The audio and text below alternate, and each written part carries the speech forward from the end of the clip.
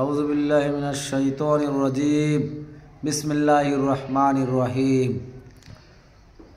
হাজিরিন মুজলিসিন, আমি বলতে চাই, আমরা যারা বাংলাদেশে এনজিওর থেকে টাকা নিয়ে আমাদের দারিদ্র্য মুক্ততা করতে চাই, তাদের উদ্দেশ্যে আমি কথা বলতে চাই।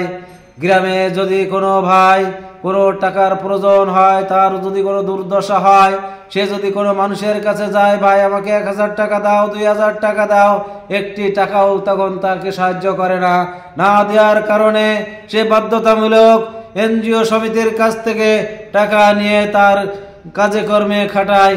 এর জন্য আমরা গ্রাম মহল্লাবাসী সবাই দায়ী।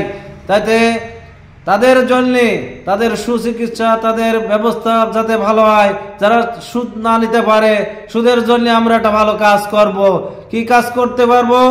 আমরা যারা গ্রামে ধনীশ্বর লোক আছি, মহৎ লোক আছি, তাদের কিছু টাকা পয়সা আমরা ঋণ দেবো।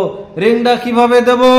যে এখান থেকে তার 1 লাখ টাকা লাগলো, সে 1 লাখ টাকা নেবে, আবার ওই টাকাটা সে কিস্তি হিসেবে শোধ করে দেবে। একটি টাকাও তার কাছ থেকে নেওয়া হবে না।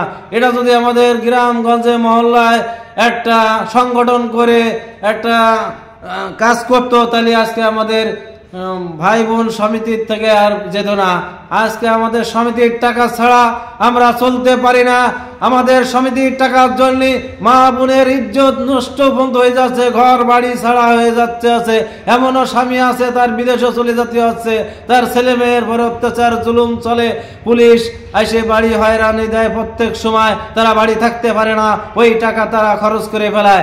আমরা মনে করি সুদের থেকে টাকা নিয়ে আমরা অনেক কিছু অর্জন করেছি, কিন্তু দেখা যায় সেই সুদের টাকা যখন 1 বছর শেষ হয়ে যায়, টাকাটা শেষ করে, তখন ওই ব্যক্তি আবার সেই ঋণ হয়ে যায় মাসের বছরের শুরুতে। তাহলে আমরা কি লাভ পেয়েছি সুদের থেকে?